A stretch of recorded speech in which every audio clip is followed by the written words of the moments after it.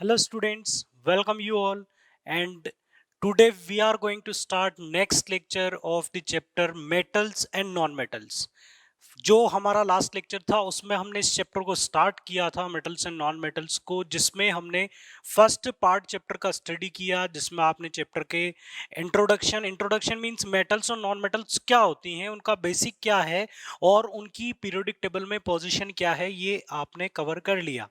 Then after आपने जो next topic cover किया था वो था physical properties of non metals and non metals, जो कि आप क्लास 8th में भी स्टडी कर चुके हो बच्चों। तो मेटल्स नॉन मेटल की फिजिकल प्रॉपर्टीज में मैंने आपको लास्ट क्लास में बताया था, एक्सेप्शनल केसेस को अच्छे से रिवाइज करें। जो सिंपल फिजिकल प्रॉपर्टीज हैं, आई होप कि ज्यादातर बच्चे फिजिकल प्रॉपर्टीज के क्वेश्चंस को गलत नहीं करेंगे, बट फिर भी कुछ बच्चे ऐसे होते हैं जो फिजिकल प्रॉपर्टीज के क्वेश्चन को ही गलत कर बैठते हैं। But today we are going to start the most important topic of this chapter, that is chemical properties of metals and non metals. तो बच्चों ये जो आज का टॉपिक है ना, ये इंपॉर्टेंट भी है।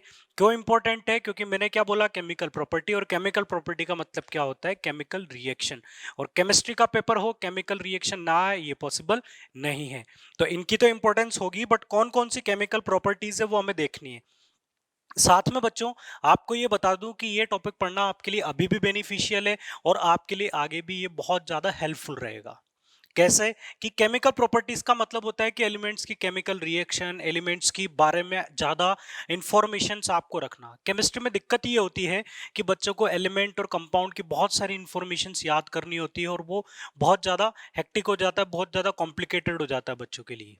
तो बच्चों यही एक हमारे पास ऑप्शन है कि जब भी कोई केमिकल प्रॉपर्टीज आए तो हम उन्हें अच्छे से समझने की कोशिश करें और लर्न करने की कोशिश करें, ताकि बाद में कभी किसी मेटल की केमिकल रिएक्शन आपको देखनी पड़े फर्दर सिलेबस में, तो वहां पर वो आपको बिल्कुल भी टिपिकल नहीं लगे। ये मैं आपको हर क्लास में बार बार यही सजेस्ट करूंगा जब भी मैं केमिकल प्रॉपर्टीज की बात करूंगा। तो बच्चों आज का हमारा टॉपिक होगा chemical properties of metals and non metals. तो उसी तरह से हम दोनों की प्रॉपर्टीज का डिस्कशन साथ में करेंगे, ताकि हैंड टू हैंड आप कंपैरिजन कर सकें कि मेटल किस तरह से रिएक्ट करती है और नॉन मेटल किस तरह से रिएक्ट करती है। देखो, हर अगर आप मेटल में एलिमेंट टू एलिमेंट जाओगे तो प्रॉपर्टीज वास्ट हो सकती हैं और भी कई सारे केसेस पॉसिबल हैं, बट हमें एलिमेंट टू एलिमेंट नहीं जाना है। हम केवल कॉमन मेटल्स की बात कर रहे हैं, मींस मैं जनरल प्रॉपर्टीज की बात कर रहा हूं, और उन प्रॉपर्टीज में ज्यादातर मेटल्स की हिस्सेदारी होगी। मैं वैसे ही जनरल प्रॉपर्टीज की बात करूंगा नॉन मेटल के लिए, जिसमें ज्यादातर नॉन मेटल उसी अकॉर्डिंग एक्ट करेगी जिस तरह से मैं आपको बताऊंगा। क्लियर?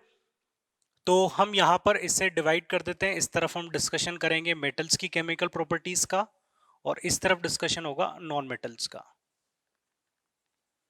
साथ में यहां पर यह भी ध्यान रखिएगा कि ये जो पूरा टॉपिक है आज का, इसमें मेटल वाला पार्ट थोड़ा टिपिकल है, क्योंकि मेटल वाले पार्ट में कंटेंट ज्यादा है, जबकि नॉन मेटल वाला पार्ट आपके लिए इजी रहेगा। तो बच्चों फर्स्ट जो केमिकल प्रॉपर्टी होगी, एक सिंपल केस जो हम लेते हैं, रिएक्शन विद एयर। और एयर में हम यहां पर बात करेंगे ऑक्सीजन के साथ रिएक्शन की, क्योंकि कुछ मेटल्स हैं वो नाइट्रोजन के साथ भी रिएक्ट कर रही हैं, बट अभी हम जो केस डिस्कस कर रहे हैं वो है ऑक्सीजन के साथ। O2 के साथ केमिकल रिएक्शंस क्या होंगी, मेटल की और नॉन मेटल की। तो बात करें कि एक कॉमन सा केस है कि जब भी कोई मेटल ऑक्सीजन के साथ रिएक्ट करता है तो ये यहां पर बनाता है मेटेलिक ऑक्साइड। सिमिलरली जब भी कोई नॉन मेटल ऑक्सीजन से रिएक्ट करेगी एयर में, आप किसी नॉन मेटल को बर्न करोगे, किसी नॉन मेटल को एयर में बर्न करोगे, मींस ऑक्सीजन के साथ रिएक्शन, तो नॉन मेटल भी वहां पर क्या बनाएगी, नॉन मेटेलिक ऑक्साइड। तो बच्चों अब जो हमारा केस है वो ये है कि हम अलग अलग एग्जाम्पल के साथ इस केस को स्टडी करेंगे। तो आगे का जो सारा कंटेंट है उससे पढ़ने से पहले मैं आपको मेटल की एक इंफॉर्मेशन बताता हूं, जो कि आपने कई बार सुना भी होगा इस बारे में, कि हमारे पास जितनी भी मेटल्स हैं, इन मेटल्स की रिएक्टिविटी अलग अलग होती है। रिएक्टिविटी का मतलब क्या होता है पहले ये समझें। तो रिएक्टिविटी होती है एबिलिटी टू रिएक्ट। तो कई सारी मेटल्स हैं जो बहुत जल्दी रिएक्ट करती हैं, कुछ मेटल्स हैं जो बहुत स्लो रिएक्ट करती हैं। जैसे कि हम बात करें सोडियम वगैरह की बात की जाए तो आपने सुना भी होगा, जैसे सोडियम को आप पानी में डालोगे इतनी विगरस रिएक्शन होगी, इतनी वायलेंट रिएक्शन होगी कि वहां पर आग आपको, मतलब जो सोडियम होगा वो पानी के अंदर जल जाएगा। ठीक है, आपको वहां पर फायर प्रोड्यूस होती हुई नजर आएगी। मींस कई सारी ऐसे मेटल्स होती हैं जिनकी रिएक्टिविटी बहुत ज्यादा होती है और कुछ मेटल्स की रिएक्टिविटी कम होती है। तो बच्चों रिएक्टिविटी तो एक नया लफड़ा आ गया, हमें जानना पड़ेगा कि रिएक्टिविटी होती क्या है और क्या हम इसे किसी तरह से मॉडिफाई कर सकते हैं। मान लो अगर कोई कम रिएक्ट कर रहा है तो उसे ज्यादा रिएक्ट कैसे करवाएं। किसी की रिएक्टिविटी कम हो, जैसे कि आपने सुना भी होगा कि गोल्ड सिल्वर इन्हें ज्वेलरी में काफी यूज में लिया जाता है, क्योंकि गोल्ड और सिल्वर जो मेटल्स हैं ये कम रिएक्टिव है, तो इनके ऑर्नामेंट्स बनाए जाते हैं, ये हम सभी जानते हैं। बट अगर कोई लीस्ट रिएक्टिव मेटल है और अगर आपको उसे कम टाइम में, मतलब उसकी रिएक्टिविटी को बढ़ाना है, तो वहां हमारे पास एक ऑप्शन होता है टेम्परेचर। हम वहां पर हीट प्रोवाइड करते हैं केमिकल रिएक्शन में। हीट प्रोवाइड करने से ज्यादातर केसेस में रिएक्टिविटी इंक्रीज हो जाती है, मींस रिएक्शन होना स्टार्ट हो जाती है, फास्ट रिएक्शन हो जाती है। तो कुछ मेटल्स हैं जो जनरली रूम टेम्परेचर पर रिएक्ट नहीं करेगी, क्योंकि उनकी रिएक्टिविटी कम होगी, तो वहां पर आपको टेम्परेचर राइज करना होगा। और जो हाई रिएक्टिव मेटल है वो रूम टेम्परेचर पर भी रिएक्ट करेगी। जैसे कि मैं सोडियम को यहां पर खुले में रख दूं, सोडियम को अगर आप ओपन में रख दोगे तो सोडियम तो हाई रिएक्टिव मेटल है, तो सोडियम तो ऑक्सीजन के साथ आसानी से रिएक्ट कर लेगा, इसलिए सोडियम को आप खुला नहीं छोड़ सकते हो, सोडियम को आप ओपन नहीं रख सकते हो। तो दूसरा ऑप्शन ये आता है कि इसे पानी में रख दें तो ये वाटर से भी रिएक्ट करेगा, इसलिए सोडियम को आपको पता होगा कि केरोसिन ऑयल में स्टोर किया जाता है। तो रिएक्टिविटी का बहुत बड़ा रोल है बच्चों, ये आगे सारी प्रॉपर्टीज में बार बार आपको बताया जाएगा। तो आप भी ध्यान रखिएगा कि मैं हाई रिएक्टिव मेटल्स में बात करूंगा सोडियम पोटेशियम कैल्शियम की, और लीस्ट रिएक्टिव में बात करूंगा कॉपर सिल्वर और गोल्ड की। मॉडरेट रिएक्टिव मेटल्स में आपके पास आ जाएगी एल्यूमिनियम जिंक, ये मॉडरेट रिएक्टिव होंगी, बट ये कुछ हाई रिएक्टिव है और कुछ लीस्ट रिएक्टिव है। इन्हीं के बेसिस पर हम प्रॉपर्टीज का डिस्कशन करेंगे, तो डिस्कशन काफी अच्छा होगा। तो बात करें मेटल्स की ऑक्सीजन के साथ reaction, in this case metal will form metallic oxide. तो हम एक एग्जांपल कंसीडर करते हैं सोडियम का। सोडियम ऑक्सीजन के साथ रिएक्ट करेगा और ये जो रिएक्शन है रूम टेम्परेचर पर हो जाएगी, क्यों? क्योंकि सोडियम हाई रिएक्टिव मेटल है। तो यहां पर सोडियम का ऑक्साइड क्या बनेगा? Na2O। अब फिर एक और नया केस, बच्चों को दिक्कत ये होती है कि सर ने ये तो बता दिया कि मेटेलिक ऑक्साइड बनेगा, तो क्या हर एक रिएक्शन को याद करना है? अब बिल्कुल भी याद नहीं रखना, क्योंकि आपने कॉन्सेप्ट तो समझ ही लिया कि मेटल और ऑक्सीजन से आपको क्या बनाना है? Metallic oxide. अब मेटेलिक ऑक्साइड का फॉर्मूला आपको कैसे लिखना है ये मैं हिंट आपको यहां पर दे देता हूं। ऑक्साइड को हम क्या लिखते हैं? O2 minus. ऑक्साइड क्या लिखा जाता है? O2 minus. और मेटल का ऑक्सीडेशन स्टेट, मतलब मेटल का चार्ज आपको पता होना चाहिए। सपोज कीजिए कि अलग अलग केसेस में मेटल का चार्ज अलग अलग होगा, तो हमने यहां पर X प्लस कंसिडर कर लिया, जिससे सोडियम का Na प्लस होगा, मैग्नीशियम लूंगा तो Mg2 प्लस होगा, और अगर एल्यूमिनियम लूंगा तो Al3 प्लस होगा। तो आपको तो फॉर्मूला लिखना है, और वो किस तरह से लिखना है, ये जो 2 है वो आप मेटल का सबस्क्रिप्ट बना दो, और ये X जो है वो ऑक्सीजन का सबस्क्रिप्ट बना दो। तो इस केस को एक बार इसी तरह से देखते हैं। सोडियम का चार्ज था 1 प्लस, ऑक्सीजन था 2 माइनस, तो बच्चों फॉर्मूला क्या बन गया? Na2O। क्लियर? चलिए आगे बात करते हैं मैग्नीशियम की। इस इक्वेशन को आप चाहें तो बैलेंस भी कर सकते हैं। तो यहां पर इसे फर्दर बैलेंस करेंगे तो 2 ऑक्सीजन यहाँ 2 लगाना होगा, 4 सोडियम हो गए, यहाँ पर 4 लगाना होगा। बैलेंसिंग आप first chapter chemical reaction equation में स्टडी कर चुके हो। नेक्स्ट मैग्नीशियम की बर्निंग की बात करें तो बच्चों मैं ज्यादातर वो इक्वेशन लिखूंगा एज एन एग्जांपल जो काफी इंपॉर्टेंट होगी और कई बार आप पहले भी देख चुके होंगे।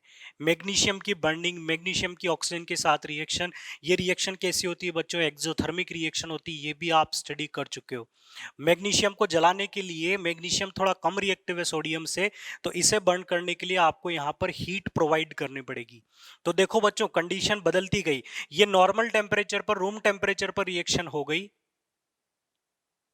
ये रिएक्शन रूम टेम्परेचर पर प्रोसीड होती है, बट इस रिएक्शन को कंप्लीट करवाने के लिए आपको हीट तो प्रोवाइड करनी पड़ेगी। चलिए अब आगे बात करते हैं, यहां पर रूम टेम्परेचर, यहां पर हीटिंग।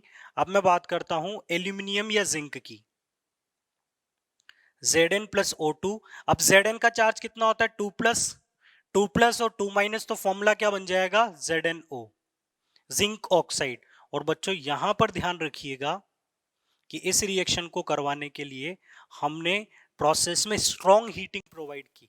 मैं आपको बताना ये चीज बता रहा हूं कि यहाँ पर देखो बच्चों, जैसे जैसे रिएक्टिविटी कम होती जा रही है वैसे वैसे आपको हीट का अमाउंट बढ़ाना पड़ रहा है, तभी वो रिएक्ट कर पाएगा, अदरवाइज कम टेम्परेचर पर ये यहाँ पर रिएक्ट नहीं कर पाएगा। नेक्स्ट केस जो है, इसके बाद जिंक के बाद हम बात करें आयरन की, ये इसके साथ बना लेगा Fe3O4।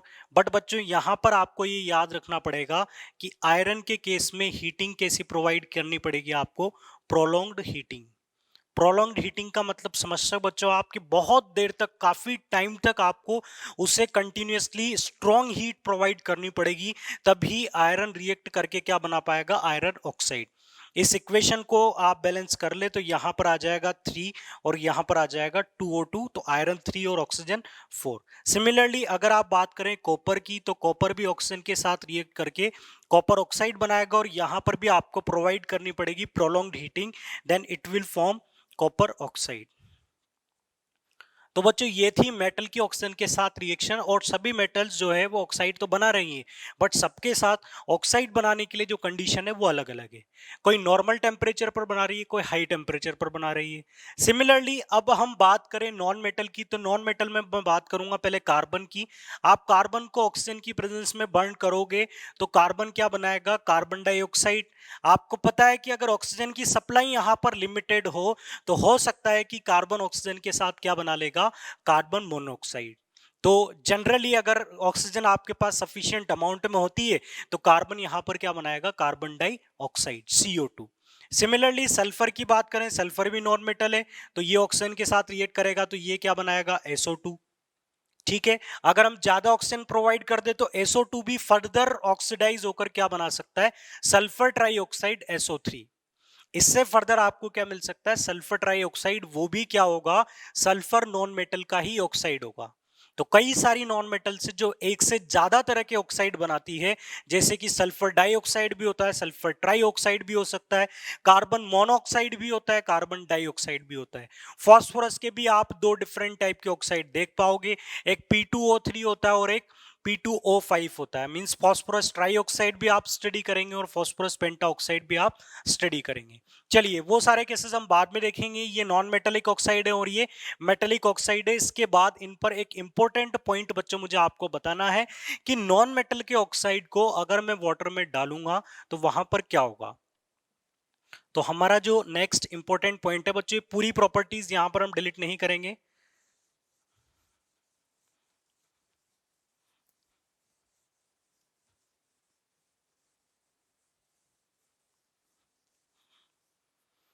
बच्चों इसकी एक स्पेशल केस में आपको बता रहा हूं कि सोडियम ऑक्साइड जो होता है Na2, जब ये वाटर के कांटेक्ट में आता है तो ये वहां पर बना लेता है सोडियम हाइड्रोक्साइड। मींस Na2O को आप वाटर में डालोगे, आपने सोडियम का ऑक्साइड बनाया और उसे आप जैसे ही वाटर में डालते हो तो ये वहां पर क्या बना लेता है, सोडियम हाइड्रोक्साइड। और बच्चों ये तो आपको अच्छे से पता होगा कि सोडियम ऑक्साइड क्या है, एक बेस है। बेस कैसा बेस है, वाटर सोल्यूबल बेस है, और वाटर सोल्यूबल बेसिस को क्या बोला जाता है, एल्कली। मींस यहां पर एक बेस का फॉर्मेशन होता है, एक एल्कली का फॉर्मेशन होता है जब मेटेलिक ऑक्साइड को किस में डाला जाता है, वाटर में डाला जाता है। तो मैं ऐसा बोल सकता हूं कि अगर मेटेलिक ऑक्साइड मॉइस्चर की प्रेजेंस में होंगे, मेटेलिक ऑक्साइड अगर मॉइस्चर की प्रेजेंस में होंगे तो ये कैसा नेचर शो करेंगे बच्चों, बेसिक नेचर शो करेंगे। मेटेलिक ऑक्साइड अगर मॉइस्चर की प्रेजेंस में होगा तो ये बेस फॉर्मेशन की वजह से कैसा नेचर शो कर सकता है, बेसिक नेचर। तो बच्चों ये इंपॉर्टेंट पॉइंट मिल गया मुझे। Generally metallic oxides show basic nature. जैसे कि अगर हम बात करें मेटेलिक ऑक्साइड प्लस आपने यहां पर ले लिया मोइस्ट रेड लिटमस, हम लिटमस पेपर पर टेस्ट करेंगे कि आपने एक मेटेलिक ऑक्साइड लिया। जनरली जो metallic oxide basic nature show कर रहे हैं, आपने एक मेटेलिक ऑक्साइड लिया, आपने सोडियम का ऑक्साइड लिया और आपने मॉइस्ट रेड लिटमस ले लिया, और मॉइस्ट रेड लिटमस ले लिया, उस पर अगर आप इस मेटेलिक ऑक्साइड को डालेंगे तो आप देखेंगे कि उस लिटमस पेपर का जो कलर था रेड, वो रेड से कैसा हो जाएगा, ब्लू। और रेड को ब्लू में कन्वर्ट करने की एबिलिटी एसिड की होती है या बेस की होती है, आपको पता है कि बेस रेड को कैसा कर देते हैं, ब्लू कर देते हैं, जबकि एसिड जो होते हैं वो ब्लू को कैसा करते हैं, रेड करते हैं। तो in presence of basic substance red litmus will turn into blue. तो यहां पर इसका कलर कैसा हो जाएगा, ब्लू हो जाएगा। तो इससे हमें ये प्रूफ मिल जाता है कि मेटेलिक ऑक्साइड का नेचर कैसा होगा, बेसिक होगा। साथ में आपको एक प्रूफ मैंने ये भी दिया कि ये मॉइस्चर या वाटर की प्रेजेंस में किसका फॉर्मेशन करते हैं, बेस का फॉर्मेशन करते हैं। मींस मेटेलिक ऑक्साइड कैसे होते हैं, बेसिक होते हैं। बट बच्चों मैंने यहां पर ये भी लिखा है जनरली ये बेसिक होते हैं, जनरली मेटेलिक ऑक्साइड बेसिक होते हैं। मींस यहां पर कुछ ना कुछ केसेस में डिफरेंस है, कोई स्पेशल केस तो यहां पर इंट्रोड्यूस होगा। इसका मतलब ये है बच्चों, ये जो दूसरा इंपॉर्टेंट पॉइंट है वो ये है कि कई सारी मेटल्स हैं जिनके ऑक्साइड बेसिक होने के साथ साथ, उनके ऑक्साइड्स बेसिक होने के साथ साथ एसिडिक नेचर भी शो करते हैं। तो ये कौन सा नया केस आया बच्चों, बेसिक होने के साथ साथ एसिडिक होना। मतलब some metallic oxide shows acidic as well as basic nature, known as amphoteric oxides। मतलब एक नया केस ये आ गया बच्चों कि एम्फोटेरिक ऑक्साइड नाम की कोई चीज होती है, मेटेलिक ऑक्साइड में ही इन्हें डिफाइन किया गया है, जो एसिडिक नेचर भी शो करते हैं। मेटेलिक ऑक्साइड वैसे जनरली बेसिक शो करते हैं, बट कुछ मेटल के ऑक्साइड ऐसे हैं जो बेसिक होने के साथ साथ एसिडिक नेचर भी शो करते हैं, जो बेसिक होने के साथ साथ एसिडिक नेचर भी शो करते हैं। और ऐसे ऑक्साइड्स को बोला जाता है बच्चों एम्फोटेरिक ऑक्साइड। तो ये क्या होंगे, एम्फोटेरिक ऑक्साइड। अब एम्फोटेरिक ऑक्साइड मतलब दोनों तरह का नेचर शो करते हैं। तो एक नया केस आया, एक स्पेशल केस आया, तो इसके एग्जाम्पल भी जान लें, और एग्जाम में ये वाला केस इंपॉर्टेंट भी होगा। तो मैं आपको बता देता हूं कि इसके एग्जाम्पल्स क्या क्या होंगे एम्फोटेरिक ऑक्साइड के। बच्चों zinc oxide ZnO most common example, aluminium oxide Al2O3 ये भी कॉमन एग्जाम्पल्स में काउंट होता है। बेरिलियम ऑक्साइड जिसका कम कम डिस्कशन होगा, बट ज्यादातर केसेस में जो आपसे पूछे जाएंगे वो जिंक ऑक्साइड और एल्यूमिनियम ऑक्साइड ही रहेंगे। तो ये तो आपको लर्न करने ही करने हैं। बेरिलियम ऑक्साइड होता है, टिन के ऑक्साइड है, लेड के ऑक्साइड है, ये सब कैसे होते हैं, एम्फोटेरिक होते हैं। आप टिन का ऑक्साइड देखेंगे SnO, PbO, PbO2, लेड का ऑक्साइड, इनका नेचर भी कैसा होता है बच्चों, एम्फोटेरिक। चलिए अब मैं आपको यह भी प्रूफ करके बता देता हूं कि ZnO एम्फोटेरिक कैसे हुआ। मैं आपको ये शो करके दिखाऊंगा कि ये एसिड के साथ भी, मींस ये बेसिक नेचर भी शो कर रहा होगा और ये एसिडिक नेचर भी शो कर रहा होगा। देखो इस एग्जांपल से आप इसे समझ सकते हो। मैं कुछ इक्वेशंस लिखूंगा जो अभी आपके लिए इंपॉर्टेंट नहीं है, बस केवल आप समझ लीजिएगा। एसिड बेस एंड सॉल्ट में आपने वैसे ये इक्वेशंस देख ली होंगी। तो ZnO जो है ये NaOH के साथ रिएक्ट करता है, और जिंक ऑक्साइड जो है ये HCl के साथ रिएक्ट करता है। यहां पर ये बनाता है Na2ZnO2 sodium zincate plus H2O। Similarly यहां पर ये बनाता है zinc chloride ZnCl2 plus H2O। अब ऊपर जो दोनों इक्वेशंस मैंने लिखी है, इनमें बच्चों NaOH को तो आप बहुत अच्छे से जानते हो कि ये क्या है, बेस, और HCl यहां पर कौन है, एसिड। इस तरफ जो प्रोडक्ट्स आपको मिल रहे हैं वो क्या है, सॉल्ट प्लस वाटर। तो क्या ये आपको न्यूट्रलाइजेशन नजर नहीं आ रहा, क्या ये न्यूट्रलाइजेशन नहीं है। न्यूट्रलाइजेशन में आपने क्या पढ़ा, reaction between acid and base to form salt and water plus energy. Means यहां पर भी एसिड और बेस तो रिएक्ट कर रहे हैं और क्या बन रहा है, सॉल्ट एंड वाटर बन रहा है। मींस इनका भी नेचर कैसा होगा, एसिडिक या बेसिक होगा। अब बच्चों यहां पर अगर आपने बोला कि NaOH बेस है, तो यहां पर जिंक ऑक्साइड कैसा नेचर शो कर रहा है, एसिडिक। और यहां पर HCl सॉल्यूशन अगर एसिडिक है, तो उसमें जो आपने जिंक ऑक्साइड डाला है ये कैसा नेचर शो कर रहा है, बेसिक नेचर शो कर रहा है। तो आपके सामने प्रूफ हो चुका है कि जिंक ऑक्साइड एक बार एसिडिक नेचर भी शो कर रहा है और एक बार बेसिक नेचर भी शो कर रहा है। तो ऐसे ऑक्साइड जो दोनों टाइप का नेचर शो करते हैं उन्हें बोला जाता है एम्फोटेरिक ऑक्साइड। तो ये आपके सामने विद एन एग्जांपल क्लियर हो चुका है कि एम्फोटेरिक ऑक्साइड क्या होते हैं और वो एम्फोटेरिक कैसे होते हैं, ये भी आपको क्लियर हो चुका है। बट इनके जो एग्जांपल्स हैं वो आपको लर्न करने हैं। अब बात करते हैं सिमिलर केस नॉन मेटल्स में। क्या नॉन मेटल भी लिटमस पेपर का किसी तरह का कोई चेंज शो करेंगी? तो इसके लिए भी एक केस बच्चों मैं आपको बता देता हूं। आपने लिया नॉन मेटेलिक ऑक्साइड और आपने यहां पर इसको डाल दिया मॉइस्ट ब्लू लिटमस पर, तो आप देखेंगे कि ये ब्लू से कैसा हो जाएगा, रेड। और ब्लू से रेड में कन्वर्ट करने की टेंडेंसी किसकी होती है, एसिड की। मींस यहां से आप ये डिफाइन कर सकते हैं कि नॉन मेटेलिक ऑक्साइड्स जो है जनरली एसिडिक इन नेचर। बच्चों ये बड़े काम की बातें हैं, क्योंकि ये जो ऑक्साइड वाली जो प्रॉपर्टी है फर्स्ट वाली, ये थोड़ी इंपॉर्टेंट है, क्योंकि इसमें कई सारे केसेस आते हैं और कई सारे केमिकल इक्वेशंस बन सकती है। हर एक केमिकल इक्वेशन आपको लिखवाई नहीं जाएगी, बट आपको बनानी पड़ेगी। यहाँ पर जरूरी नहीं है कि कार्बन और सल्फर ही एग्जाम में आपको दिए जाए, वो फॉस्फोरस भी दे सकता है। तो फॉस्फोरस के ऑक्साइड का फॉर्मूला आपको खुद को लिखना होगा। तो ये कुछ कॉमन केसेस है जो मैंने आपको बता दिए, वैसे चांसेस है कि यही केसेस एग्जाम में पूछे जाएं। तो जनरली एसिडिक होते हैं, मींस यहां पर भी कुछ ना कुछ केस तो आपको अलग मिलेगा। कुछ नॉन मेटेलिक ऑक्साइड ऐसे भी हो सकते हैं जो एसिडिक ना हो। तो बच्चों इसमें भी एक इंपॉर्टेंट केस ये है कि some non metallic oxides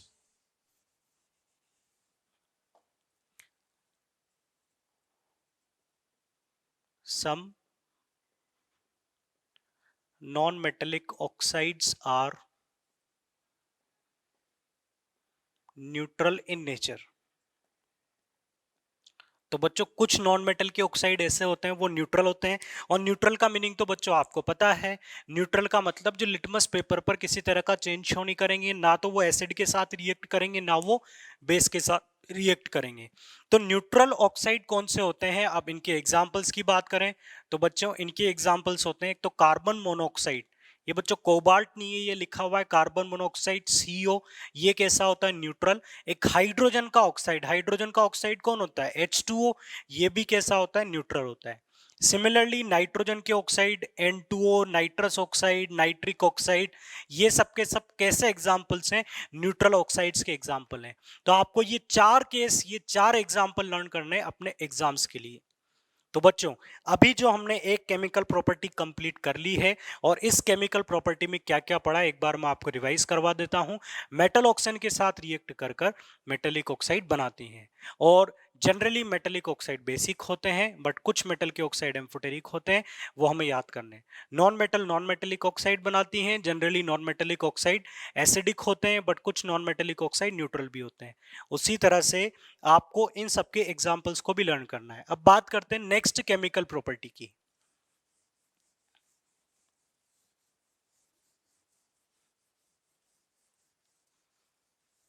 second chemical property, जिस तरह से आपने एयर के साथ रिएक्शन का डिस्कशन दोनों के लिए किया, तो आपको कई सारे केसेस मिले। सिमिलरली अब हम बात करेंगे वाटर के साथ केमिकल रिएक्शन। जनरली आप किसी भी एलिमेंट की या किसी भी सब्सटेंस की केमिकल प्रॉपर्टी स्टडी करेंगे तो फर्स्ट जो कॉमन केसेस आते हैं वो एयर और वाटर के साथ रिएक्शन ही आती हैं। तो बच्चों नेक्स्ट है second chemical property which is reaction with water, जिसका केमिकल फॉर्मूला होता है H2O। क्लियर? अब यहां पर हम बात करें मेटल प्लस वाटर, तो यहां पर अगर हम इसमें से हटा दें हाई रिएक्टिव मेटल को, तो यहां पर आपको जो प्रोडक्ट मिलेगा वो मिलेगा मेटेलिक ऑक्साइड प्लस इवोल्यूशन होगा हाइड्रोजन गैस का। क्लियर? तो अगर मेटल आपके पास लो रिएक्टिव या मॉडरेट रिएक्टिव मेटल अगर वाटर के साथ रिएक्ट करेगी तो वो प्रोडक्ट वहां पर क्या बनाएगी, मेटेलिक ऑक्साइड साथ में हाइड्रोजन गैस। बच्चों इसमें डिफरेंस ये है कि अगर हाई रिएक्टिव मेटल्स ले लेते हैं, हाई रिएक्टिव मेटल्स ले लेते हैं तो ये प्रोडक्ट में क्या बना लेती हैं, मेटेलिक हाइड्रोक्साइड बना लेती हैं। मींस ये हाइड्रोक्साइड की फॉर्म में ही स्टेबल हो पाएंगी। और अगर हम बात करें लीस्ट रिएक्टिव मेटल की, तो ये यहां पर क्या बनाएंगी, या मॉडरेट रिएक्टिव मेटल्स की, ये वाटर के साथ रिएक्ट करके क्या बना लेते हैं, मेटेलिक ऑक्साइड बनाते हैं। तो ये एक डिफरेंस है जो मैंने आपको बता दिया। और हाई रिएक्टिव में आप जनरली किसकी बात करेंगे, सोडियम पोटेशियम कैल्शियम की। तो सोडियम पोटेशियम कैल्शियम को अगर वाटर में डालूंगा तो मुझे प्रोडक्ट क्या लिखना है, मेटेलिक हाइड्रोक्साइड प्लस H2। जबकि मैं एल्यूमिनियम, जिंक या आयरन अगर वाटर में डालता हूं तो प्रोडक्ट मुझे क्या लिखना है, ऑक्साइड प्लस H2। अब आपको रिएक्शन में क्या लिखना है ये आपको आ चुका है। अब आप खुद ट्राई करें, खुद कोशिश करें इन इक्वेशंस को कंप्लीट करने की। फर्स्ट इक्वेशन है सोडियम प्लस वाटर, प्रोडक्ट क्या होंगे आप लोग लिखिएगा। सेकेंड इक्वेशन है मैग्नीशियम प्लस वाटर,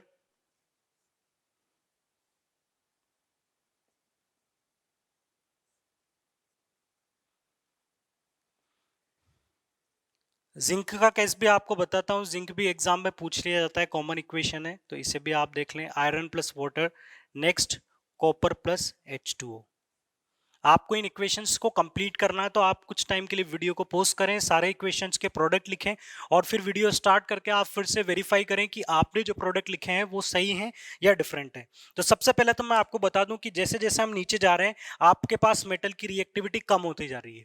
तो ये तो कंफर्म है कि सारी मेटल्स सेम कंडीशन पर रिएक्ट नहीं करेंगी, सारी मेटल सेम कंडीशन पर रिएक्ट नहीं करेंगी। जो हाई रिएक्टिव मेटल है ये इस कोल्ड वाटर के साथ रिएक्ट कर सकती है। यहां पर आप पानी कैसा ले सकते हैं, ठंडा, सोडियम ले लो, पोटेशियम ले लो, कैल्शियम ले लो, ये कोल्ड वाटर के साथ रिएक्ट कर सकते हैं। बट अगर मैं बात करूं मैग्नीशियम की, मैग्नीशियम भी कोल्ड वाटर से रिएक्ट कर लेता है बट वो ज्यादा स्टेबल प्रोडक्ट नहीं बनाता है। मैग्नीशियम जब रिएक्ट करता है तो यहां पर वाटर हम कैसा लेते हैं, बॉयल लेते हैं, तो रिएक्शन थोड़ी फास्ट हो जाती है, कोल्ड में बहुत ही स्लो रिएक्शन होती है। सिमिलरली एल्यूमिनियम की बात करें तो एल्यूमिनियम और जिंक के लिए, इन दोनों केसेस के लिए आपको यहां पर जो वाटर है वो लेना पड़ेगा in form of steam. Difference समझते जा रहे हो बच्चों, हम टेम्परेचर बढ़ाते जा रहे हैं, पानी को गर्म करते जा रहे हैं, पहले हमने कोल्ड लिया, फिर बॉईल लिया और फिर उसके बाद हम क्या ले रहे हैं, स्टीम फॉर्म में ले रहे हैं, मींस और ज्यादा हमने टेम्परेचर बढ़ा दिया। अब स्टीम से ऊपर तो आप जा नहीं सकते, तो यहां भी वाटर किस फॉर्म में होगा, स्टीम फॉर्म में, और यहां भी वाटर किस फॉर्म में होगा, स्टीम फॉर्म में। बच्चों आयरन और जिंक के केस में डिफरेंस क्या है, ये इंपॉर्टेंट पॉइंट है, आयरन एग्जाम में पूछा जाता है। आयरन और इन दोनों केसेस में डिफरेंस क्या है, तो इन दोनों केसेस में डिफरेंस ये है कि यहां पर आयरन कैसा है, रेड हॉट है, मींस हमने आयरन को भी बहुत ज्यादा गर्म किया हुआ है और वाटर को भी बहुत ज्यादा गर्म किया हुआ है, दोनों रिएक्टेंट को आपने गर्म किया हुआ है, जबकि यहां पर आप किसका टेम्परेचर बढ़ा रहे थे, वाटर का। तो इनमें डिफरेंस आपको क्लियर हुआ, क्लियर। चलिए अब इनके प्रोडक्ट देखते हैं। तो जैसा कि मैंने आपको बताया हाई रिएक्टिव मेटल अगर रिएक्ट करेगी तो यहां पर आपको प्रोडक्ट क्या मिलेगा, NaOH, metallic hydroxide plus hydrogen gas H2 gas.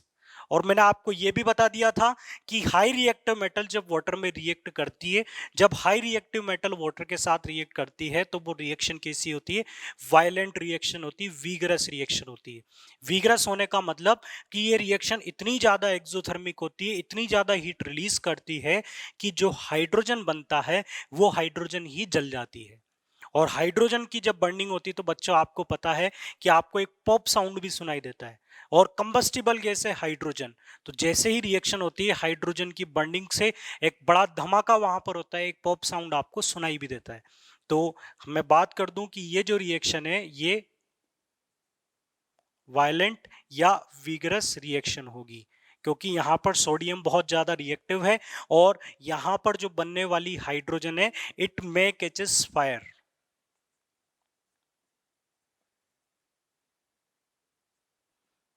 तो यहां पर हाइड्रोजन जब जलेगी तो आपको एक साउंड भी सुनाई देगा और रिएक्शन आपको काफी वायलेंट लगेगी, विगरस रिएक्शन होगी। मैग्नीशियम के केस में अगर कोल्ड वाटर लेंगे तो मैग्नीशियम भी मैग्नीशियम हाइड्रोक्साइड बना सकता है। बच्चों मैं बताता हूं ये काफी कंफ्यूजिंग केस है, मैग्नीशियम हाइड्रोक्साइड प्लस H2 भी बनेगा। और अगर आप बॉइल वाटर लेंगे तो उसके केस में प्रोडक्ट आपको, मीन्स आपने यहाँ पर रिएक्टिविटी को बढ़ा दिया है तो प्रोडक्ट आपको यहाँ पर मिलता है magnesium oxide plus hydrogen gas. Equations को आप बैलेंस कर लीजिएगा। एल्यूमिनियम ऑक्सीजन से एल्यूमिनियम ऑक्साइड बनाएगा और एल्यूमिनियम ऑक्साइड का फॉर्मूला तो अब हमें रट चुका है Al2O3 और बाई प्रोडक्ट क्या मिलेगा आपको, हाइड्रोजन गैस। सिमिलरली जिंक जो है ये बनाएगा जिंक ऑक्साइड प्लस आपको मिलेगी हाइड्रोजन गैस। उसी तरह से आयरन जो है ये बनाएगा Fe3O4 प्लस हाइड्रोजन गैस। तो यहां पर इस इक्वेशन को आप बैलेंस भी कर सकते हो, 4Fe3H2O और यहां पर ये होगा 3H2। अब बात करते हैं कॉपर की। अब बात करते हैं कॉपर की और आयरन ऑक्साइड की भी बच्चों में बात करूंगा आपसे भी कि मैंने आयरन की जो वैलेंसी होती है, आयरन का जो चार्ज आप स्टडी करते हैं Fe का, Fe2+ आप स्टडी करते हो, Fe3+ आप स्टडी करते हो। फेरस और फेरिक, Fe2+ के अकॉर्डिंग अगर ऑक्साइड होगा तो फॉर्मूला क्या बनेगा, FeO, और Fe3+ के अगर ऑक्साइड होगा तो फॉर्मूला क्या बनेगा, Fe2O3। बट बच्चों यहां पर जो मैंने फॉर्मूला लिखा है आयरन ऑक्साइड का, वो ना तो FeO है ना ही Fe2O3 है। तो इसमें आयरन की स्टेट क्या है, इसमें आयरन की स्टेट क्या है, तो बच्चों जो Fe3O4 है, Fe3O4 है, इसमें दोनों टाइप के आयरन प्रेजेंट है। इसमें Fe2+ वाला भी प्रेजेंट है और Fe3+ वाला भी प्रेजेंट है। इसलिए जब आप इसकी नेमिंग करोगे, जब आप इसका नाम लिखोगे तो बच्चों इसका नाम होगा आयरन, ब्रैकेट में लिखा जाएगा सेकंड कोमा थर्ड, मींस इसमें जो आयरन है वो सेकंड भी है और थर्ड भी है, Fe2+ भी और Fe3+ भी है, second comma third oxide. Clear. चलिए अब बात करते हैं कॉपर की। तो बच्चों कॉपर का केस काफी स्पेशल है और इस पर एनसीईआरटी में क्वेश्चन भी पूछा गया है। इसको इस तरफ लिख देता हूं मैं, जैसे कि रिएक्टिविटी सीरीज आप देखेंगे तो हाइड्रोजन और हाइड्रोजन के बाद आपको क्या मिलेगा, copper, mercury, silver, gold, platinum, ये सब आपको कहां पर मिलेंगी, हाइड्रोजन से नीचे। हाइड्रोजन से नीचे आपको बच्चों क्या मिलेगा, कॉपर।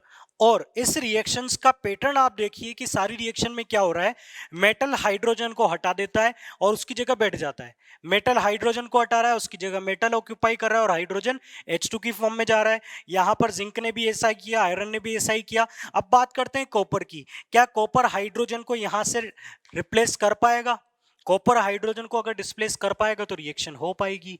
तो बच्चों यहां पर जो कॉपर है ये हाइड्रोजन से भी कम रिएक्टिव है, कॉपर में इतनी ताकत नहीं है कि ये हाइड्रोजन को हटाकर उसकी जगह पर बैठ जाए, तो यहां पर किसी तरह की रिएक्शन नहीं होगी।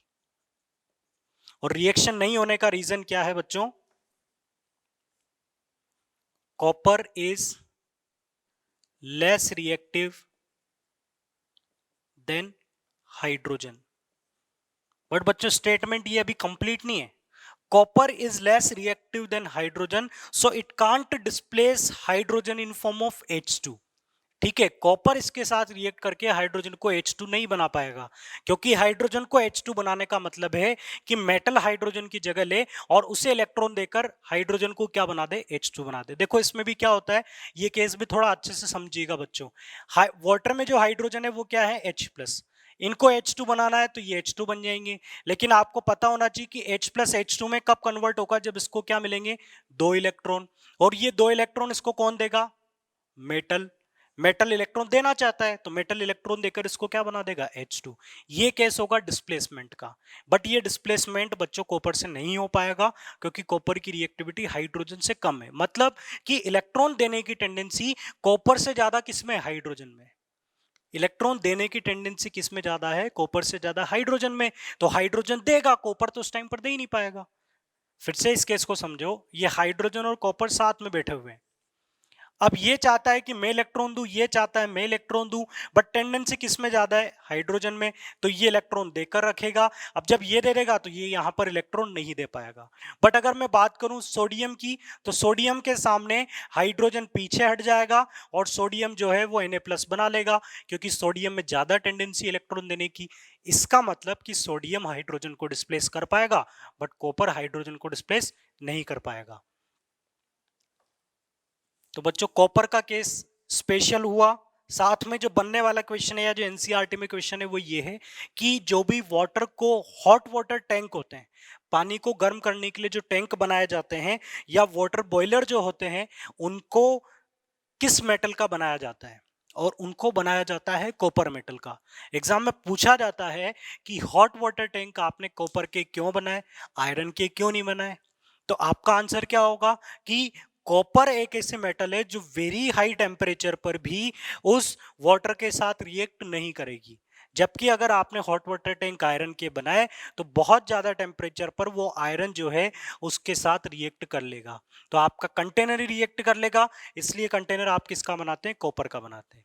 चलिए अब बात करते हैं नॉन मेटल्स में। मैंने बताया था दिक्कत आपको मेटल में होगी, मेटल में केसेस ज्यादा है, अब नॉन मेटल है तो काफी आसान केस होगा और काफी जल्दी हम इसे कंप्लीट कर देंगे। तो नॉन मेटल प्लस वाटर, इस रिएक्शन को कंप्लीट करने से पहले हम नॉन मेटल की टेंडेंसी की बात कर लें और इन रिएक्शंस में क्या हो रहा है उसकी बात कर लें। तो यहां पर बच्चों होना क्या है कि जो H2O है इससे आपको क्या बनाना है? H2। हम केवल इसी प्रॉपर्टी पर चर्चा कर रहे हैं बच्चों, हम केवल इसी प्रॉपर्टी पर डिस्कशन कर रहे हैं कि वाटर से आपको क्या बनाना है? H2 बनाना है, ठीक है। और उसी के बेसिस पर हम इस इक्वेशन का प्रोडक्ट भी लिखेंगे। H2O से H2 बनाने का मतलब है कि H2O में जो H प्लस है इसको किस में कन्वर्ट करना? H2 में। और H प्लस H2 में कब कन्वर्ट होगा? जब इसको क्या मिलेंगे? इलेक्ट्रॉन मिलेंगे। अब इलेक्ट्रॉन देने की टेंडेंसी किस में होती है? Metals have tendency to donate electron. और जबकि हम बात करें नॉन मेटल की, तो नॉन मेटल्स डोंट हैव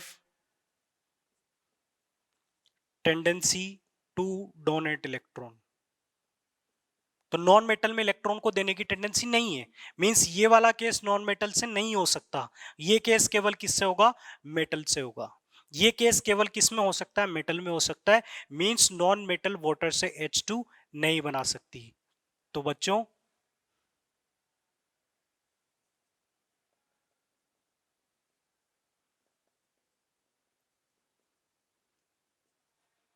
और हम यहां पर अभी लिख देंगे नो रिएक्शन। क्यों नहीं बना पाएगी H2? इसका रीजन ये है कि नॉन मेटल में इलेक्ट्रॉन को देने की टेंडेंसी नहीं होती है, नॉन मेटल में इलेक्ट्रॉन एक्सेप्ट करने की टेंडेंसी होती है।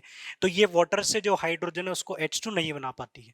नो रिएक्शन लिखने में बच्चों दिक्कत ये है कि कई सारे नॉन मेटल्स आप फ्यूचर में स्टडी करेंगे, जैसे कि फ्लोरीन है या क्लोरीन है, ये वाटर के साथ रिएक्ट करते हैं। तो अगर मैं यहां पर इस तरह से लिख दूंगा कि इस प्रोसेस में कोई रिएक्शन नहीं होती है तो मेरा स्टेटमेंट कॉन्ट्राडिक्ट होगा। तो फ्लोरीन क्लोरीन ये वाटर के साथ रिएक्ट करते हैं, कई सारे प्रोडक्ट बनते हैं इन केसेस में। क्लोरीन HCl और HClO बनाता है अगर वाटर के साथ रिएक्ट करता है, बट ये श्योर है कि वहां पर H2 का फॉर्मेशन नहीं होता है। तो हम केवल इसी पॉइंट को यहां पर मेंशन करेंगे, non metal does not have tendency to donate electron, so non metals can't form H2 when it will react with water. Clear बच्चों? चलिए, ये थी दो केमिकल प्रॉपर्टीज, एक वाटर के साथ और एक ऑक्सीजन के साथ। अब बात करते हैं नेक्स्ट केमिकल प्रॉपर्टीज की कि मेटल जो है वो एसिड के साथ कैसे रिएक्ट करेगा और नॉन मेटल एसिड के साथ कैसे रिएक्ट करेगा।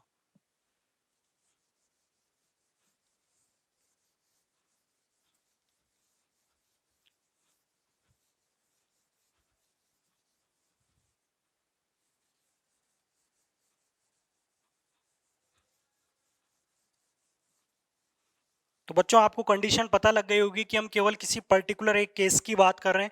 हमने वाटर में केवल किस केस की बात की है कि वहां पर क्या बन जाए? H2 बन जाए। हमने वाटर में केवल इस केस की बात की है कि वो वाटर को H2 में रिड्यूस कर दे। तो उस केस की बात की, वो केस नॉन मेटल में नहीं हो सकता, वो केस केवल किस में हो सकता है? मेटल्स में हो सकता है।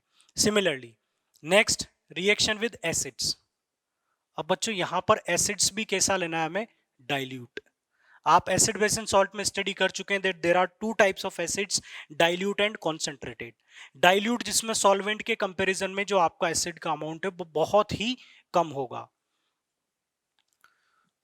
तो एसिड के साथ जो रिएक्शन है इसमें देखिए बच्चों, जैसे कि हम बात करें कोई सी भी हाई रिएक्टिव मेटल ले लो, जिंक प्लस HCl आपने लिया, इसका प्रोडक्ट आपको लिखना है। इस केस में आपको हमेशा क्या मिलेगा? मेटल प्लस डाइल्यूट एसिड अगर आप ले रहे हैं तो आपको प्रोडक्ट मिलेगा सॉल्ट प्लस हाइड्रोजन गैस। तो बच्चों ये वाली केमिकल प्रॉपर्टी आप पहले भी पढ़ चुके हैं और कई बार आएंगी, मतलब एक कॉमन सा केस है। ये केस आप फर्स्ट चैप्टर में डिस्प्लेसमेंट रिएक्शन में आपने पढ़ लिया। क्लियर? यही केस आपने एसिड बेस एंड सॉल्ट में एसिड की केमिकल प्रॉपर्टीज में स्टडी कर लिया, यही केस आपने एसिड की केमिकल प्रॉपर्टीज में स्टडी किया, यही केस आपने फर्स्ट चैप्टर में स्टडी किया, और यही केस आप इस चैप्टर में भी स्टडी कर रहे हो। तो कॉमन केस है जो क्लास 10th में कई सारी जगह पर आया है। मतलब क्लास 10th के लिए जो मोस्ट इंपॉर्टेंट पार्ट है वो डिस्प्लेसमेंट है, केमिकल प्रॉपर्टीज के पर्पज से। आप एनटीएससी स्टेज 2 के क्वेश्चंस देखें, वो डिस्प्लेसमेंट रिएक्शन पर ही बेस्ड है। तो आप डिस्प्लेसमेंट की अच्छे से प्रैक्टिस करें।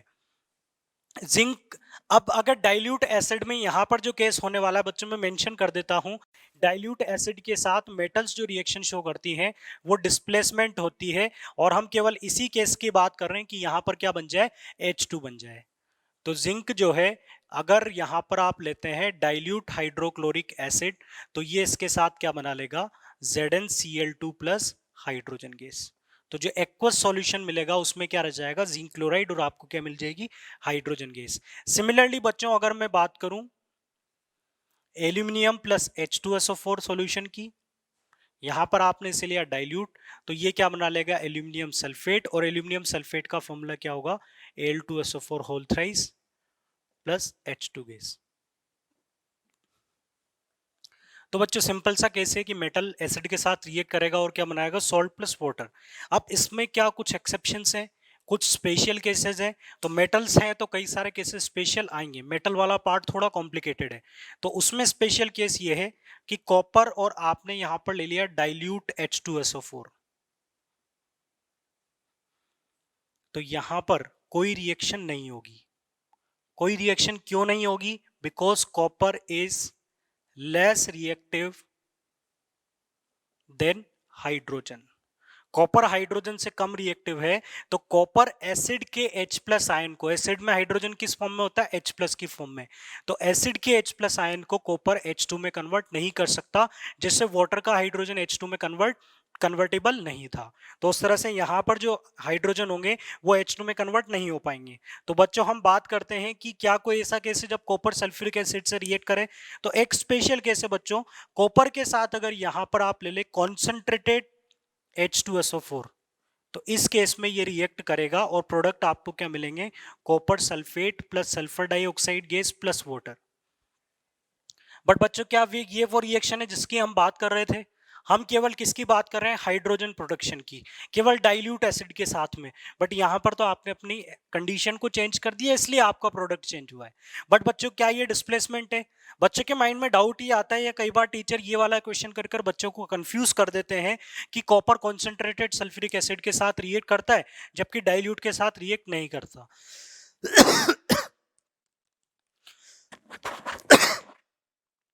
तो बच्चों इसमें केवल आपको ये बताना है कि कॉपर डाइल्यूट में हाइड्रोजन को डिस्प्लेस नहीं कर पाता, और कॉन्सेंट्रेटेड के अंदर रिएक्ट तो करता है बट वो डिस्प्लेसमेंट नहीं होता है।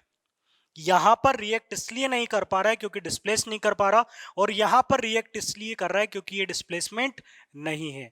तो बच्चों इस कंफ्यूजन को अपने दिमाग से निकाल दीजिएगा, this is not a displacement reaction. तो आप यहां पर रिएक्टिविटी की बात ही मत करना, ये डिस्प्लेसमेंट नहीं है। जबकि यहां पर आप किसकी बात कर रहे थे, डिस्प्लेसमेंट की, जो पॉसिबल नहीं था क्योंकि रिएक्टिविटी डिफरेंस, रिएक्टिविटी पर ही डिस्प्लेसमेंट डिपेंड करता है। तो यहां पर ये केवल कैसी रिएक्शन है, रिडॉक्स ही है, ये डिस्प्लेसमेंट नहीं है, ये केवल रिडॉक्स है। और ये जो रिएक्शन से डिस्प्लेसमेंट होने के साथ साथ रिडॉक्स भी है। तो डिस्प्लेसमेंट तो रिडॉक्स होगी, बट रिडॉक्स डिस्प्लेसमेंट हो ये जरूरी नहीं है। तो यहां पर ये केवल यहां पर ऑक्सीडेशन रिडक्शन हुआ है, कॉपर ऑक्सीडाइज हुआ, और सल्फ्यूरिक एसिड जो है वो फर्दर रिड्यूस हो चुका है in form of SO2। Clear? ये थी कॉन्सेंट्रेटेड एसिड के साथ एक स्पेशल केस। और भी मेटल के केस में एक स्पेशल केस ये है कि अगर यहां पर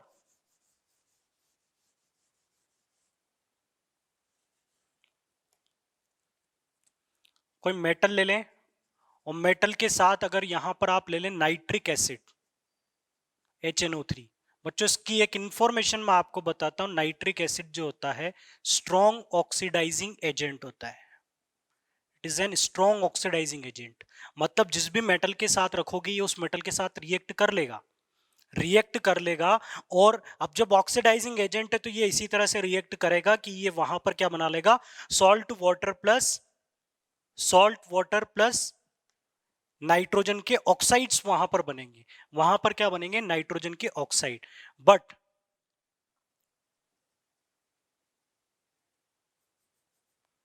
in this case it will not produce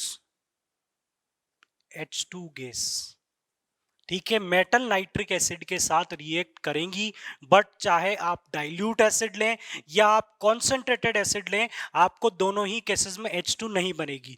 means metal का नाइट्रिक एसिड में डिस्प्लेसमेंट मेटल नहीं कर पाती है, चाहे वो डाइल्यूट हो या फिर वो कॉन्सेंट्रेटेड हो। बट बच्चों यहां पर कुछ मेटल से जो कर पाती हैं, तो एक्सेप्ट मैंने यहां पर लिख लिया मैग्नीशियम एंड मैग्नीज। तो बच्चों ये केस एनसीईआरटी में भी दिया हुआ है और इंपॉर्टेंट है, याद रखिएगा। दो ही मेटल ऐसी हैं जो नाइट्रिक एसिड के साथ, दो ही मेटल ऐसी हैं जो नाइट्रिक एसिड के साथ H2 बनाती है। रिमेनिंग मेटल नाइट्रिक एसिड के साथ किसी भी कंडीशन में हाइड्रोजन गैस का फॉर्मेशन नहीं करेंगी। अब तक आपने देखा कि सारी मेटल्स जिनकी रिएक्टिविटी हाइड्रोजन से ज्यादा है वो डाइल्यूट एसिड के साथ H2 बनाती है, बट नाइट्रिक एसिड के साथ मैग्नीशियम और मैग्नीज को छोड़कर कोई भी H2 का फॉर्मेशन नहीं कर पाएंगे। क्यों? क्योंकि नाइट्रिक एसिड बहुत अच्छे स्ट्रॉन्ग ऑक्सीडाइजिंग एजेंट का काम करता है। तो ये वहां पर डिस्प्लेसमेंट की बजाय कौन सी रिएक्शन शो करता है, रिडॉक्स रिएक्शन शो करता है। उसमें डिस्प्लेसमेंट नहीं होता है, ओनली क्या होती है, रिडॉक्स होती है। तो बच्चों बात करें कॉपर की, तो कॉपर एक ऐसी मेटल हो गई, अगर हम नाइट्रिक एसिड ले लेंगे तो यहां पर भी आपको प्रोडक्ट मिलेंगे, और यहां पर अगर आप कॉन्सेंट्रेटेड HNO3 लिखोगे तो यहां पर भी आपको प्रोडक्ट मिलेंगे। मैं रिएक्शन कंप्लीट कर सकता हूं, copper nitrate plus water, copper nitrate plus water, इसमें प्रोडक्ट बनेगा N2 और इसमें बनेगा NO। बट N2O और NO2 प्रोडक्ट में नहीं लिख रहा हूं, क्योंकि ज्यादा अगर इक्वेशन लिखूंगा ये आपके सिलेबस में नहीं है और आप बहुत ज्यादा कंफ्यूज हो जाएंगे। बस केवल हिंट इतना है कि कॉपर दोनों ही केसेस में रिएक्ट कर पाएगा, क्योंकि आपने एसिड कौन सा लिया, नाइट्रिक एसिड, बट दोनों ही केसेस में H2 का फॉर्मेशन नहीं होगा। तो नाइट्रिक एसिड में डिस्प्लेसमेंट केवल मैग्नीशियम और मैग्नीज करेंगे, बाकी कोई नहीं कर पाएंगे। इस केस को आप याद कीजिएगा। इसके बाद नाइट्रिक एसिड की जब हम बात कर चुके हैं, तो नाइट्रिक एसिड पर एक और इंपॉर्टेंट पॉइंट एनसीईआरटी में दिया हुआ है कि नाइट्रिक एसिड एक इतना पावरफुल ऑक्सीडाइजिंग एजेंट है कि ये लगभग सभी मेटल्स को डिसॉल्व कर लेता है।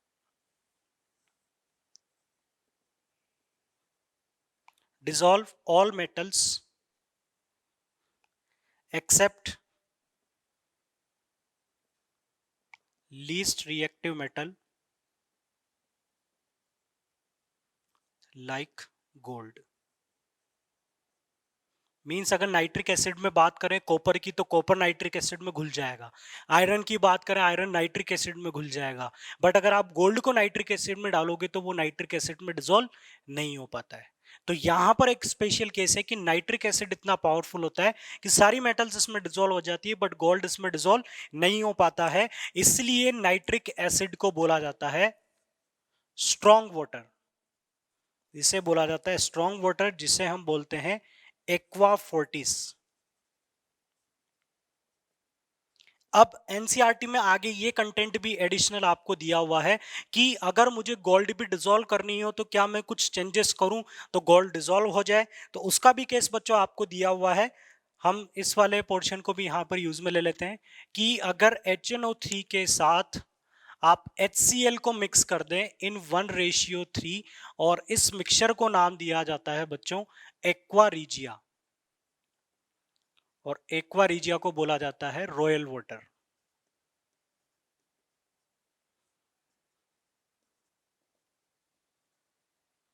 Can dissolve metals like gold AU। ये गोल्ड को भी डिसॉल्व करने की एबिलिटी रखता है। तो कई सारे ऐसे लोग हैं गोल्ड स्मिथ जो होते हैं, जो गोल्ड की चोरी करने आते हैं, तो वो अपने साथ एक सॉल्यूशन लेकर आते हैं जिसमें भरा हुआ होता है एक्वा रीजिया, और वो आपसे बोलते हैं कि आप अपनी ज्वेलरी, अपने ऑर्नामेंट्स ला कर दो, वो उसे चमकाकर उसे शाइन करके देंगे। बट वो क्या करते हैं, वो उस गोल्ड को डालते हैं एक्वा रीजिया में, और जैसे ही बाहर निकालते हैं तो उसकी ऊपर की लेयर उसमें डिसॉल्व हो जाती है। तो ऊपर की लेयर डिसॉल्व होगी, अंदर की लेयर निकलेगी, तो फ्रेश लेयर आपको शाइनी तो नजर आएगी, बट आपको ये पता नहीं चल पाएगा कि आपकी मेटल का जो वेट है वो पहले से कम हो चुका है, क्योंकि कुछ मेटल जो है वो उस सॉल्यूशन में डिसॉल्व हो चुकी है। और बाद में कई सारे ऐसे मेथड्स हैं, हम सोडियम बाइसल्फाइड से, या फिर हम यहाँ पर डाल सकते हैं जिंक पाउडर, जिससे हम इस एक्वा रीजिया से वापस गोल्ड को एक्सट्रैक्ट कर सकते हैं। तो गोल्ड को आपसे चुराया और गोल्ड को बाद में एक्सट्रैक्ट कर लिया।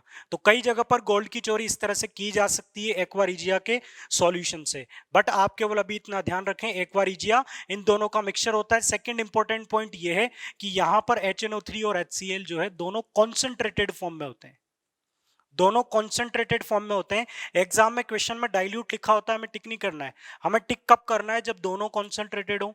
हमें टिक तब करना है जब HNO3 के साथ में 1 हो और जिधर केवल आपको ये 3 लेटर नजर आ रहे हैं, इनके अलावा कोई नंबर नजर नहीं आ रहा, उस तरफ आपको क्या लिखना है? 3। बच्चों इस ट्रिक को ध्यान रखिएगा।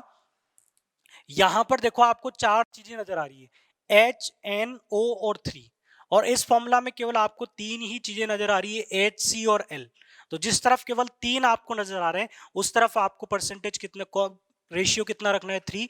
और इस तरफ रेशियो कितना रखना है? 1। तो इसे एक्वारिजिया बोला जाएगा, जो एग्जाम में पूछा जाता है। ये गोल्ड जैसे मेटल को भी डिसॉल्व कर लेता है, मतलब यहां पर HNO3 की एफिशिएंसी उस केस में बढ़ जाती है। चलिए, ये मेटल्स की केमिकल प्रॉपर्टीज थी। अब हम बात करें नॉन मेटल्स की, तो केवल अभी हमें बात करनी है डाइल्यूट एसिड के साथ में। तो यहां पर डाइल्यूट एसिड के साथ में हम कौन सा प्रोसेस एक्सपेक्ट कर रहे हैं? हम एक्सपेक्ट कर रहे हैं कि वो मेटल H को H2 में कन्वर्ट कर दे। तो फिर से वही बात, non metals does not have tendency to donate electron, so can't displace H plus from dilute acids into H2 gas। Means ये H प्लस का H2 में रिडक्शन नहीं कर पाएंगी क्योंकि इनमें इलेक्ट्रॉन को देने की टेंडेंसी नहीं होती है। बस नॉन मेटल का केस आपका यहीं पर खत्म हो जाता है। कई सारी नॉन मेटल्स हैं जो रिएक्ट करती हैं एसिड के साथ में, बट हम केवल कौन से केस की बात करें? जब H2 का फॉर्मेशन हो। तो ये हमारी थी थर्ड केमिकल प्रॉपर्टी। इसके बाद लास्ट केमिकल प्रॉपर्टी और काफी सिंपल केस है डिस्प्लेसमेंट का। मीन्स किसी मेटल को किसी मेटल सॉल्ट के साथ अगर रिएक्ट करवाएंगे तो प्रोडक्ट क्या बनेगा?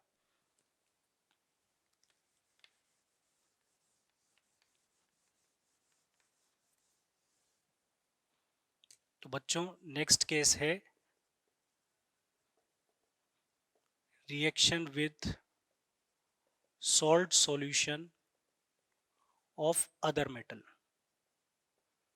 तो बच्चों ये केस ज्यादा हम इसमें टाइम नहीं लेंगे, आपने पढ़ा हुआ है कि अगर मैं आयरन को डाल देता हूं कॉपर सल्फेट में, दूसरा केस में यहां पर लेता हूं जिंक को अगर हम डाल दें कॉपर सल्फेट में, CuSO4 एक्वस सॉल्यूशन आप यहां पर ले लें, यहां पर भी CuSO4 एक्वस सॉल्यूशन आपने लिया। नेक्स्ट केस में हम डाल देते हैं सिल्वर को कॉपर सल्फेट सॉल्यूशन में, ठीक है। हमें इन सारे केसेस के लिए केमिकल रिएक्शन लिखनी है कि प्रोडक्ट क्या बनेगा, और ये कोई नई केमिकल प्रॉपर्टी नई केमिकल रिएक्शंस में आपको नहीं बता रहा हूं, ये सब कंटेंट आपने पढ़ा हुआ है चैप्टर नंबर 1 में। मैं फिर से यहां पर लिख देता हूं, chapter number 1 chemical reaction and equation. इसमें आपने जो टॉपिक स्टडी किया था वो था टाइप ऑफ रिएक्शन, और इसमें जो आपने स्पेशल केस पढ़ा था वो था डिस्प्लेसमेंट रिएक्शन। तो आप फिर से जाकर डिस्प्लेसमेंट रिएक्शन को रिवाइज करें, जिसमें आप देखेंगे कि आपको रिएक्टिविटी सीरीज गिवन होगी और बताया गया होगा कि high reactive metal low reactive metal के सॉल्ट सॉल्यूशन से उस मेटल को डिस्प्लेस करने की टेंडेंसी रखता है, और अगर आपने लीस्ट रिएक्टिव मेटल को उससे ज्यादा रिएक्टिविटी वाली मेटल सॉल्ट सॉल्यूशन में डाला तो वहां पर रिएक्शन नहीं होगी। तो आपने जैसा पढ़ा हुआ है रिएक्टिविटी सीरीज पढ़ी हुई है, तो रिएक्टिविटी सीरीज में आयरन और कॉपर में ऊपर कौन होता है? आयरन। मींस आयरन कॉपर से ज्यादा रिएक्टिव है, तो आयरन कॉपर को डिस्प्लेस कर पाएगा और प्रोडक्ट आपको क्या मिलेगा? FeSO4 aqueous solution plus copper metal. अब यहां पर आपको ऑब्जर्व क्या होगा? आपको ऑब्जर्व ये होगा कि यहां पर कॉपर सल्फेट का सॉल्यूशन कैसा था? ब्लूइश कलर का सॉल्यूशन था, और यहां पर जो फेरस सल्फेट का सॉल्यूशन है ये कैसा सॉल्यूशन मिलेगा बच्चों? आपको ग्रीन कलर का, ग्रीनिश लाइट ग्रीन सॉल्यूशन यहां पर आपको मिलेगा। और कॉपर मेटल जो है वो वापस से किस फॉर्म में आपको मिल जाएगी? ब्राउन मेटल आपको सेपरेट यहां पर हो जाएंगी। सिमिलरली जिंक को अगर कॉपर सल्फेट में डालें तो क्या जिंक कॉपर से ज्यादा रिएक्टिव होता है? तो हाँ, जिंक कॉपर से ज्यादा रिएक्टिव होता है, और ये प्रोडक्ट बनाएगा जिंक सल्फेट प्लस कॉपर। आप ध्यान रखें कि जिंक के जो कंपाउंड्स होते हैं ये कैसे होते हैं, कलरलेस सॉल्यूशन आपको यहां पर मिल जाएगा। सिमिलरली अब बात करें कि सिल्वर कॉपर को डिस्प्लेस कर पाएगा, तो रिएक्टिविटी सीरीज में आपने देखा होगा copper, mercury, silver, gold, platinum इस तरह से प्रेजेंट होते हैं। तो सिल्वर जो है वो कॉपर से नीचे प्रेजेंट है, means silver is less reactive than copper. तो इस प्रोसेस का प्रोडक्ट क्या होगा बच्चों, इस प्रोसेस में किसी तरह की रिएक्शन नहीं होगी, नो रिएक्शन। और इसका रीजन क्या है, silver is less reactive than copper. Next हम बात करें नॉन मेटल्स में इन्हीं टाइप की केमिकल प्रॉपर्टीज का, कि नॉन मेटल में भी क्या आपको डिस्प्लेसमेंट ऑब्जर्व होगा। तो इसमें आपको नॉन मेटल में केवल एक सीक्वेंस याद रखना है रिएक्टिविटी सीरीज का। नॉन मेटल्स में आपको याद रखना है फ्लोरीन, क्लोरीन, ब्रोमीन और आयोडीन। इस सीक्वेंस को याद रखिएगा। अगर आप क्लोरीन के सॉल्ट में फ्लोरीन डालेंगे तो फ्लोरीन उसे डिस्प्लेस कर पाएगा, आप ब्रोमीन के सॉल्ट में क्लोरीन डालेंगे तो क्लोरीन उसे डिस्प्लेस कर पाएगा। जनरली जो नॉन मेटल्स के सॉल्ट होंगे वो केवल इन्हीं नॉन मेटल्स के होंगे और इन्हीं पर डिस्प्लेसमेंट की बात आपसे की जाएगी। तो इसके एग्जांपल्स मैं आपको बता दूं, जैसे कि NaCl में आपने डाला F2, तो यहां पर क्या मिलेगा आपको, sodium fluoride plus Cl2 gas. तो बच्चों यहां पर क्या हुआ, डिस्प्लेसमेंट, फ्लोरीन ने किसे डिस्प्लेस कर दिया, क्लोरीन को, एक नॉन मेटल ने नॉन मेटल को डिस्प्लेस कर दिया। तो केवल इसमें बहुत लिमिटेड केस है और ये सिंपल से केसेस ही आपसे पूछे जाएंगे। उसी तरह से अगर मैं बात करूं, यहां पर ले लूं NaBr और यहां पर ले लूं मैं Cl2। अब क्लोरीन ब्रोमीन से ज्यादा रिएक्टिव है तो यहां पर आपको प्रोडक्ट क्या मिलेगा, NaCl प्लस Br2। इसी तरह से अगर हम बात करें कि यहां पर हम ले लें सोडियम फ्लोराइड और यहां पर हम ले लें ब्रोमीन, तो यहां पर किसी तरह की रिएक्शन नहीं होगी। क्यों, क्योंकि ब्रोमीन फ्लोरीन को डिस्प्लेस नहीं कर पाएगा, ब्रोमीन की रिएक्टिविटी फ्लोरीन से कम है। तो बच्चों रिएक्टिविटी सीरीज अगर याद है तो ये वाला केस बहुत इजी है, और अगर आपको रिएक्टिविटी सीरीज नहीं आती तो ये केस आपके लिए बहुत ज्यादा टिपिकल होगा। इसके अलावा और भी कुछ सिंपल सी केमिकल प्रॉपर्टीज हैं, जैसे कि हाइड्रोजन के साथ रिएक्शन। तो वो वैसे मैं आपको बता देता हूं कि नॉन मेटल में अगर हाइड्रोजन के साथ रिएक्शन बात की जाए, O2 की हाइड्रोजन के साथ रिएक्शन की बात की जाए, तो यहाँ पर आपको प्रोडक्ट क्या मिलेगा, NH3। यहाँ पर प्रोडक्ट आपको क्या मिलेंगे, Cl2 इसके साथ क्या बनाएगा, HCl, ये इसके साथ क्या बनाएगा, H2O। ठीक है, तो नॉन मेटल अपने साथ हाइड्रोजन के साथ रिएक्ट करके नॉन मेटल के हाइड्राइड बनते हैं। सिमिलरली कुछ मेटल्स हैं वो भी हाइड्रोजन के साथ रिएक्ट कर सकती हैं, जैसे कि सोडियम H2 के साथ रिएक्ट करके सोडियम हाइड्राइड बनाता है। बट ये केसेस इतने इंपॉर्टेंट नहीं है जितनी पुरानी प्रीवियस केमिकल प्रॉपर्टीज हमने पढ़ी थी। तो हाइड्रोजन के साथ रिएक्शंस भी पूछ ली जाती है, या क्लोरीन के साथ रिएक्शन भी एक इंपॉर्टेंट केस है। क्लोरीन के साथ रिएक्शन की बात करें तो हम यहाँ पर बात कर लेते थे सोडियम की क्लोरीन के साथ रिएक्शन, तो ये प्रोडक्ट क्या बनाएगा, NaCl, और यहाँ पर क्लोरीन के साथ रिएक्शन ये वाली हो गई। तो नॉन मेटल्स क्लोरीन के साथ रिएक्ट करती हैं, कुछ मेटल्स भी क्लोरीन के साथ रिएक्ट करती हैं, कुछ नॉन मेटल हाइड्रोजन के साथ रिएक्ट करती हैं, कुछ मेटल भी हाइड्रोजन के साथ रिएक्ट करके हाइड्रेट बनाती है। तो ये रिएक्शंस पॉसिबल है, बट ज्यादा इंपॉर्टेंट है जो प्रीवियस केस हमने पढ़े हैं। तो बच्चों केमिकल प्रॉपर्टीज इंपॉर्टेंट थी, आप इन्हें रिवाइज करें। In next lecture we will study about the ionic compound. So students, thank you for watching this lecture.